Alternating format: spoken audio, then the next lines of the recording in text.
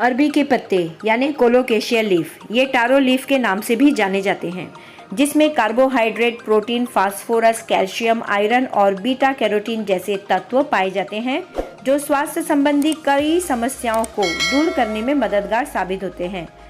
इनके कई व्यंजन बनाए जाते हैं जो कि खाने में बहुत ही टेस्टी होते हैं।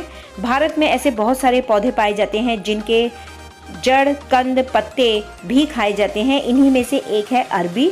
इनके पत्तों के बहुत से स्वादिष्ट व्यंजन बनाए जाते हैं। इनके पत्ते पोषक तत्वों से भरपूर होते हैं। कभी कभी इनका सेवन करना हमारे स्वास्थ्य के लिए लाभदायक होता है। नमस्कार, मैं परछाई आज आपके साथ अरबी के पत्तों की रेसिपी शेयर कर रही हूँ। यूँ तो आपने अरबी के पत्तों के कई व्यंजन खाए होंगे, लेकिन आज मैं इनके पत्तों की डंडियों सहित स्वादिष्ट सब्जी आपसे शेयर कर रही हूँ, जो खाने में बहुत ही टेस्टी होती है।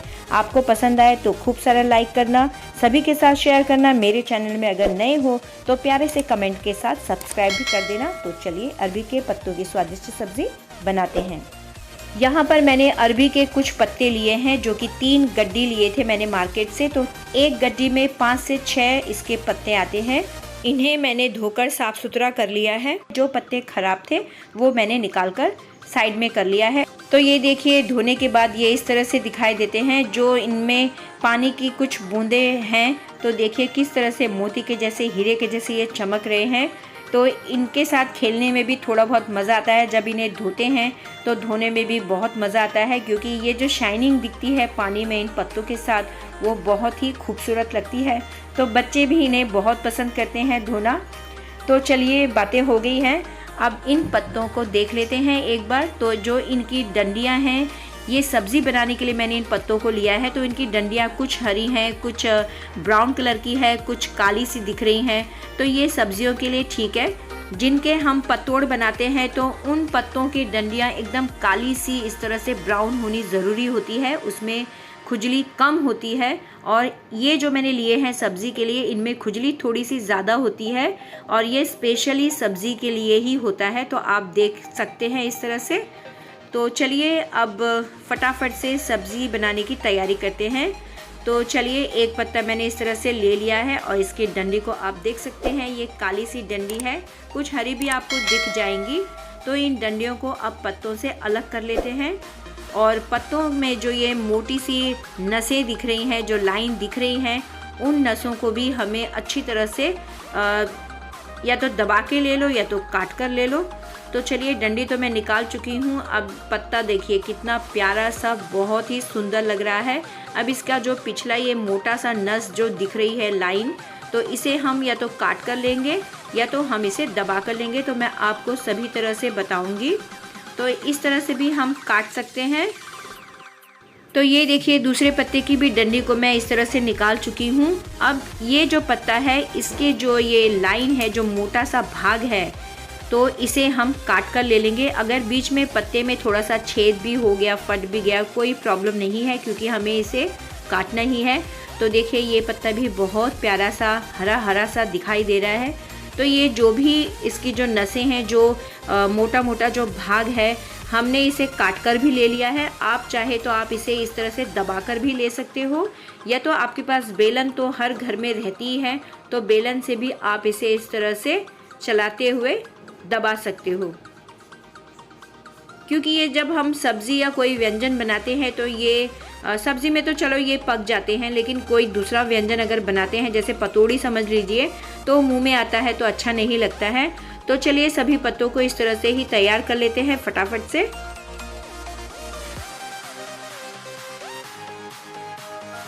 तो देखिए, यहाँ पर मैं 6 पत्तों को तैयार कर चुकी हूँ। इन्हें मैं इनकी डंडियों से अलग कर चुकी हूँ, इन्हें दबाकर ले चुकी हूँ। अब अच्छी तरह से सारी की सारी तैयारी हो चुकी है। अब इसे इस तरह से लपेटना है। तो लपेटने से पहले इसे बीचों बीच काट लेंगे, तो हमें काटने में बहुत ही आसानी होगी। तो इस तरह से एक साथ सभी को काट लेंगे और एक दूसरे के ऊपर रखते हुए इसे फोल्ड करेंगे इस तरह से।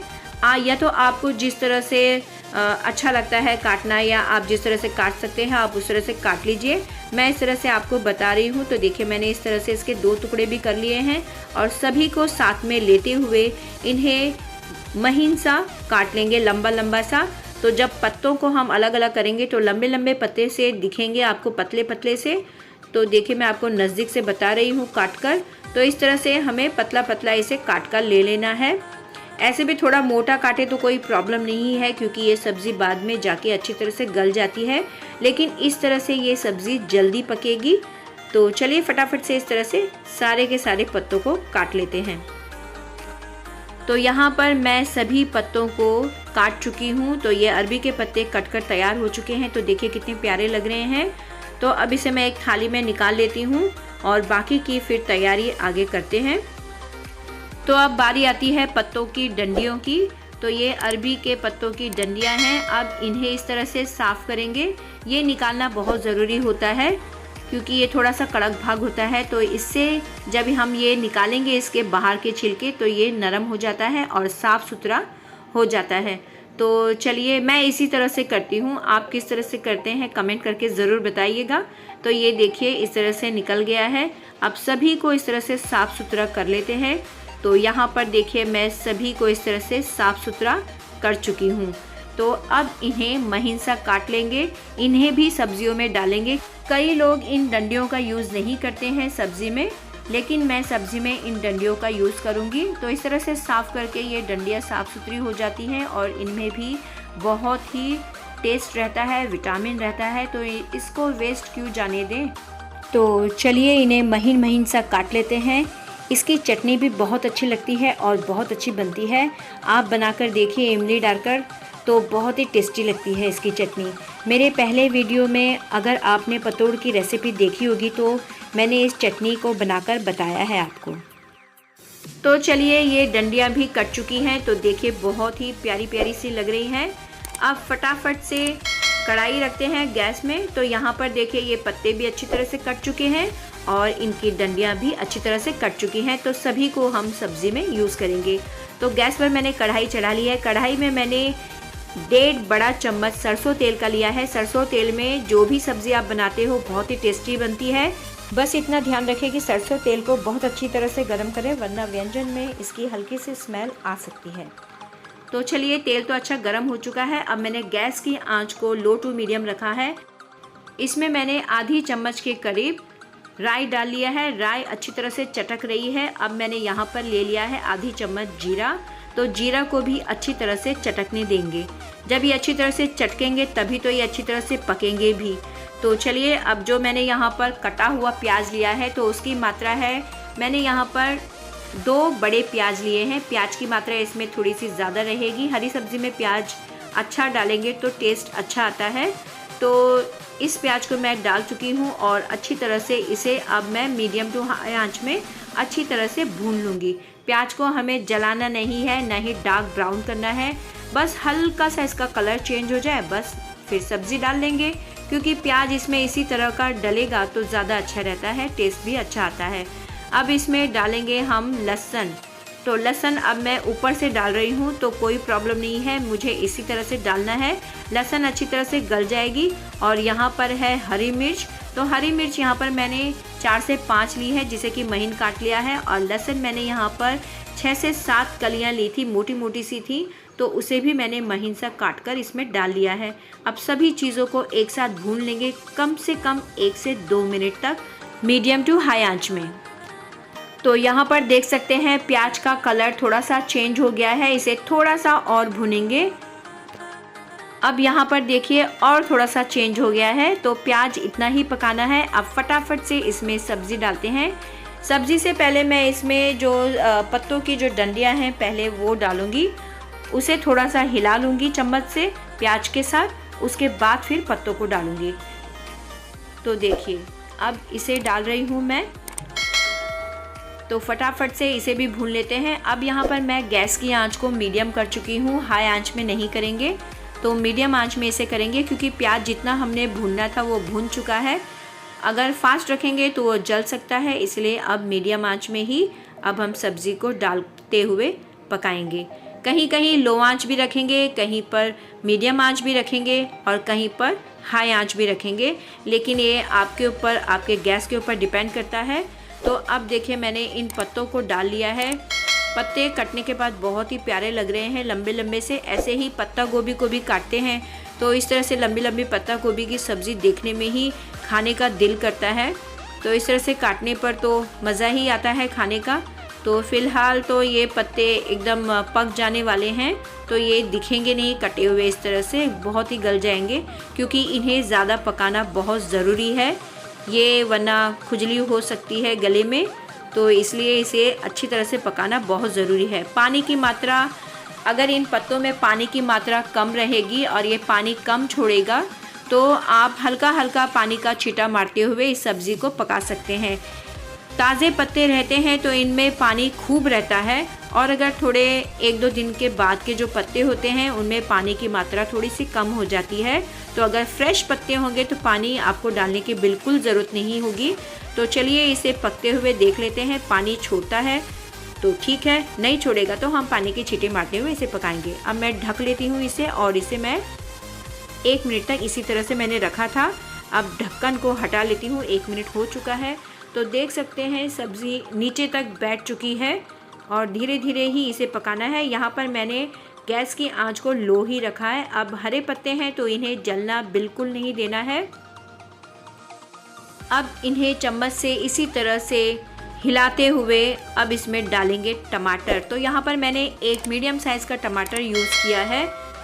वैसे सभी इमली, आमचूर यूज़ करते हैं और या तो नींबू यूज़ करते हैं। यहाँ पर मैंने एक टमाटर, जैसे हम और सब्जियां बनाते हैं उसी तरह से इस सब्ज़ी को भी बनाना है। किसी टेंशन की बात नहीं है कि इसमें ये डालना है कि वो डालना है, हमें पता नहीं चल रहा है, तो कोई प्रॉब्लम नहीं है। मसालों में मैं अब यहाँ आधी चम्मच मैंने हल्दी लिया है और नमक स्वाद अनुसार।